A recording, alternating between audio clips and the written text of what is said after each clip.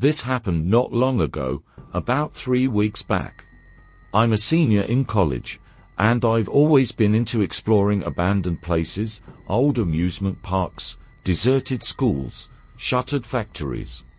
There's just something about places that have been left to rot that draws me in.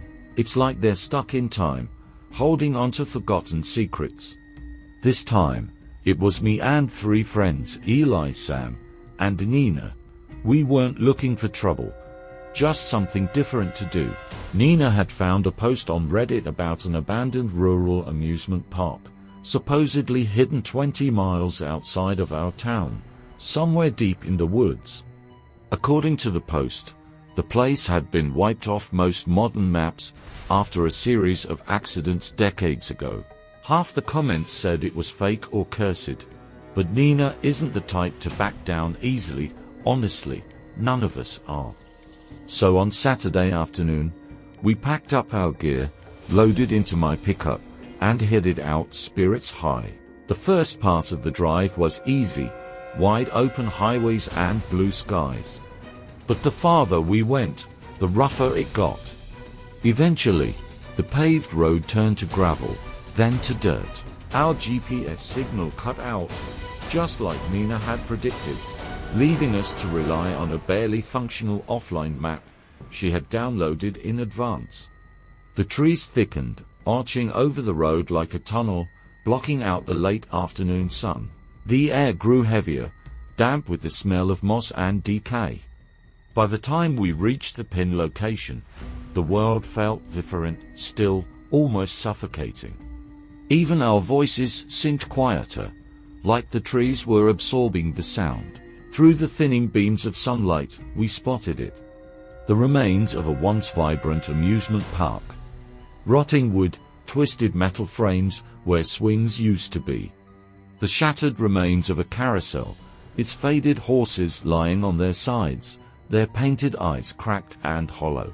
The place was dead, yet somehow, watching, we stepped out cautiously, flashlights cutting through the growing dusk. The ground was carpeted with thick layers of wet leaves. Every step we took echoed too loudly, a sharp crunch that made us flinch. The center of the park was dominated by a well. Old, crumbling stones surrounded by half-rotted wooden stakes. A rusted, crooked sign dangled above it, swaying slightly in the still air. In faded red letters, it read, "Do not feed it." Nina chuckled nervously. "Typical horror movie stuff," she said. But none of us were really laughing.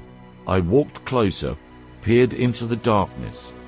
The well was deep, so deep that our flashlight beams barely scratched the surface of the blackness below. Eli picked up a rock and dropped it. We listened. 3 seconds, 4 finally. A faint thump echoed back, like it had fallen into something soft, not hard stone. That should have been enough for us to leave. But of course, it wasn't. Just as we turned away, a sound drifted up from the well. A wet, ragged inhalation, like something massive was breathing deep beneath the earth. Sam froze mid-step. "Tell me you heard that," he whispered. We all had. There was no denying it. I swung my flashlight across the stone wall. That's when I saw them, deep gouges carved into the rock. As if something had clawed its way up or tried to. I felt my skin crawl. It wasn't just the marks, it was the desperate, frantic way they crisscrossed each other, layer upon layer, like whatever made them had been fighting against the well itself. Suddenly, the breathing turned into a low growl, vibrating through the ground beneath our feet. And then the smell hit us. Rotting meat, mildews, something worse, something that clawed at the back of your throat and made your eyes water. "Go," Nina snapped. No one argued. We ran. As we sprinted across the sagging remnants of the park, loud, rhythmic thuds erupted behind us. Thud, thud, thud. Something huge was slamming against the walls of the well, trying to escape. I didn't dare look back. I just ran, heart hammering so hard I thought it would burst. Behind us, over the sound of our panicked breath and pounding feet, came a new noise, a slick, slithering drag. Something had gotten free, and it was coming for us. The woods blurred past as we stumbled through them, branches clawed at our faces and arms. My lungs burned, but I kept going. We broke into the clearing where my truck was parked. That's when I heard Eli scream. I turned just in time to see him collapse, clutching his leg. Blood soaked through his jeans. Dark in the fading light, Nina and Sam hauled him up, practically dragging him, as we sprinted the last few yards to the truck. I could feel it behind us, an oppressive, crushing presence.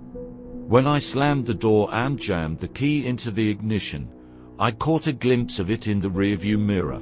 A tall, skeletal figure, thin as a wire, but wrong, its joints bending the wrong way, its head cocked violently to one side like a broken doll. It stood at the edge of the trees, just watching. We didn't stop until we hit town. The hospital was mercifully close. Eli's injuries were bad, deep, ragged bite marks on his calf. The doctors couldn't explain it. Whatever bit him didn't match any known animal. They tried to tell us it must have been a coyote or something desperate, but we knew better. A few days later, when Eli could walk without crutches, we tried pulling up the Reddit post. It was gone, the user account deleted almost like it was never there at all. Sometimes at night, I dream of the well. In my dreams, it's deeper than I remember, the air is thicker. And from far, far below, I hear a voice. It doesn't shout, it doesn't scream. It whispers, it knows my name, and it says, "Come back, feed me." I wake up sweating, heart pounding, but deep down, part of me knows. If I ever do go back, I won't be coming back out.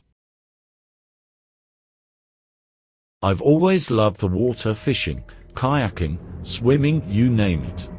There's something peaceful about the water, the way it stretches out in front of you, endless and calm.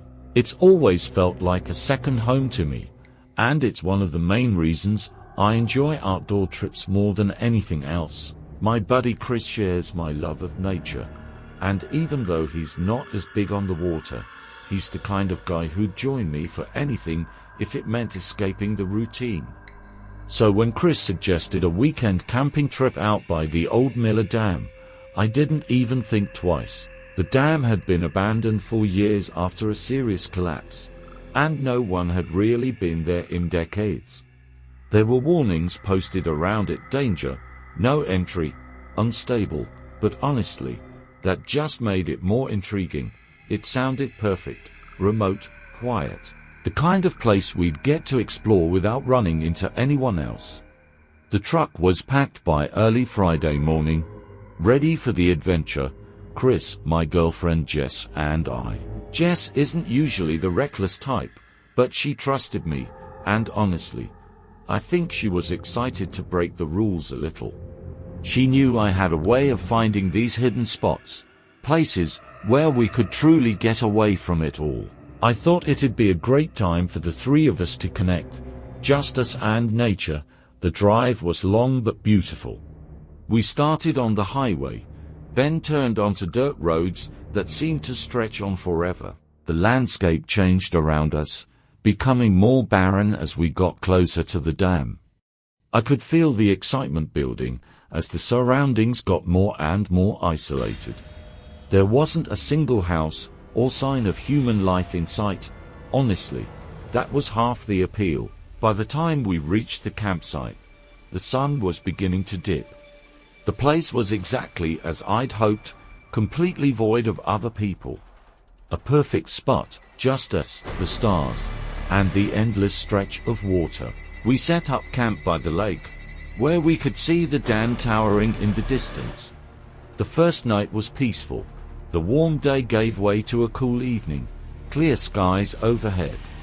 We set up the fire, cracked open a couple of beers, and passed a joint back and forth. We didn't have a schedule, no distractions, just us, nature, and the kind of quiet that felt rare these days. We laid on the hood of the truck later, looking up at the stars. There was something magical about the night sky here, so clear and so full of life. We didn't have to say anything. The silence between us felt like a comfort. We were just existing, present in that moment. I could feel Jess's head on my shoulder as we both stared into the infinite above us. The second night was almost identical. We did the same routine, the fire, the drinks, the joint. But as the night deepened, something felt off. It was hard to put into words. There was still that deep sense of peace, but there was something about the silence of the desert, the isolation, that made every sound sharper. And then we heard it, that distant sound, again, a low drawn-out howl, almost a moan.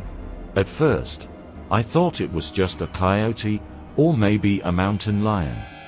Jess seemed nervous, though glancing at me to make sure I heard it too. I tried to brush it off, saying it was just the wildlife, but I couldn't deny the uneasy feeling it left behind. The sound was so unnatural, but Jess agreed it was just the desert playing tricks on us. We laughed it off and went to sleep. The third night was different. I woke up around 2 a.m., the chill of the desert air creeping through the tent. There was a sound, footsteps outside the tent, soft at first, barely audible. It was the unmistakable sound of dry dirt crunching underfoot. I held my breath and listened. It was slow, deliberate, not like an animal. Too steady, too human. My heart started to race. I could feel my body tensing, every muscle locked up. I wanted to reach for the flashlight, wanted to wake up Jess, but I couldn't move. The footsteps stopped just outside the tent. Silence. I lay there, barely blinking, waiting for something, anything, but nothing came. The silence was overwhelming, thick with tension. My mind raced, wondering if I had imagined it. But then, out of nowhere, I heard it, the sharp flick of a lighter. A small orange glow appeared through the fabric of the tent. The flame was barely visible, but it was close, too close. It hovered for a moment before it started waving around slowly. My heart pounded in my chest, and my mind screamed at me to do something, but I couldn't. I could only stare at that small flame, wondering what was going on outside. Then, without warning, the flame grew much bigger, as if whatever was out there had lit something large, something burning. It flickered wildly, turning into a glowing orange torch. The heat surged through the fabric of the tent, and within seconds, I could feel the fire beginning to spread. I shook Jess awake, and the panic was instant. We didn't think, we just moved. Stuff went flying out of the tent, our gear, our bags, anything we could grab. The fire was spreading faster than we could process. Jess grabbed one of the water jugs, and we dumped it over the fire, stomping on the embers that had caught. The tent was half destroyed, but somehow, we managed to control the blaze before it consumed everything. But the worst part, I couldn't see anyone. No sign of whoever had done this, not a single person in sight. We packed up quickly, our nerves rattled, with no clear direction in the dark. We started walking. It was hard to make out any landmarks, and the desert seemed endless. We had no idea where the truck was. After what felt like an eternity, I heard it again, the same distant scream. Only now, it didn't stop, it stretched on, as if something was in constant pain. And then more sounds, they were all around us. Screams from all directions. We were being surrounded. My legs felt like lead, and my heart pounded in my chest. I grabbed Jess's arm and started moving faster, pulling her with me, barely able to breathe. By some miracle, we found the truck. We threw everything we could into it, and I floored it down the dirt road, not caring about the bumps or the rough terrain. I didn't stop until I saw the first sign of other cars, the safety of civilization. Jess was silent, tears streaming down her face, and I couldn't bring myself to comfort her properly. I was in shock, We called the police when we got back to town, but I don't think they believed us. We still talk about that night, but only in passing. Sometimes, when Jess falls asleep before me, I'll lay awake thinking about that scream. About the figure with the lighter, the footsteps, and the feeling that we were being watched. I'll never go back to that dam, and I'll never understand what was out there in the desert with us. But every time I close my eyes, I can still hear it. The scream, and I know it's still out there, waiting. This is important context for what I'm about to tell you, so I'll start here.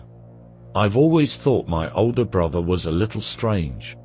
Not bad strange or dangerous, or anything, just off. He's about 8 years older than me, and when you're little that's basically a different species.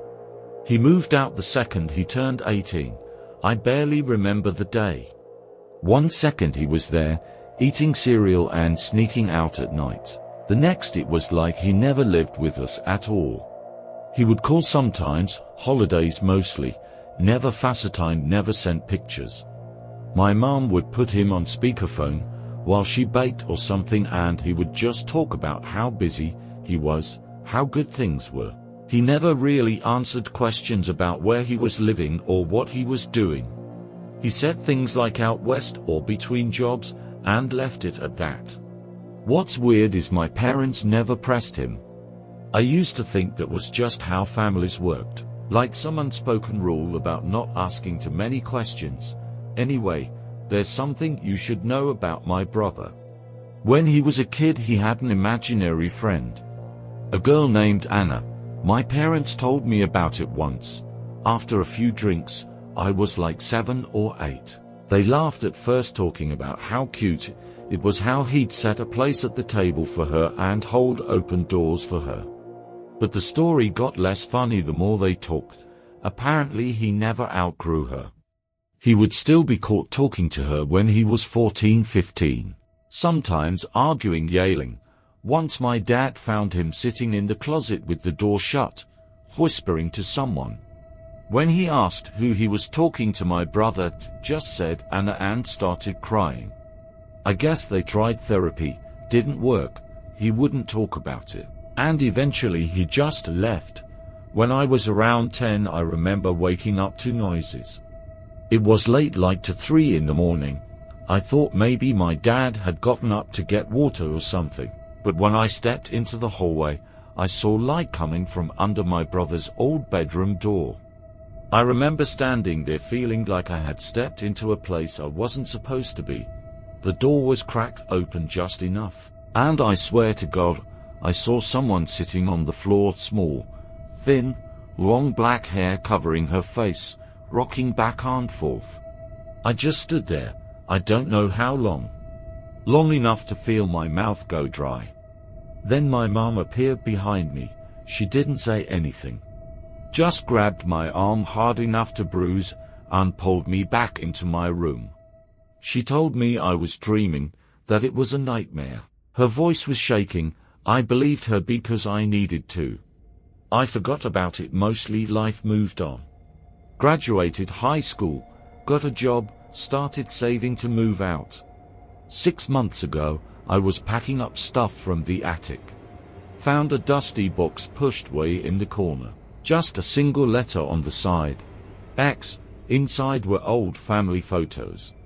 Mostly boring stuff, Christmas, birthdays. Then I found a Polaroid that didn't make sense. It was my brother, maybe 16 years old, sitting cross-legged on the floor of his old room.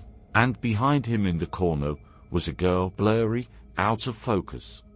But you could still see the long dark hair. The way her head tilted too far to one side. Almost touching her shoulder, I flipped the picture over. Written in thick black marker was one word, ANA. The next day I got a call from an unknown number. I almost didn't pick up, but something told me I should. It was my brother's voice. He sounded far away. Distorted, like he was speaking through water. All he said was, "Don't bring her with you." Then the line went dead. I never told anyone about the photo, or the call, or the fact that when I moved into my new place, sometimes I wake up and the closet door is open.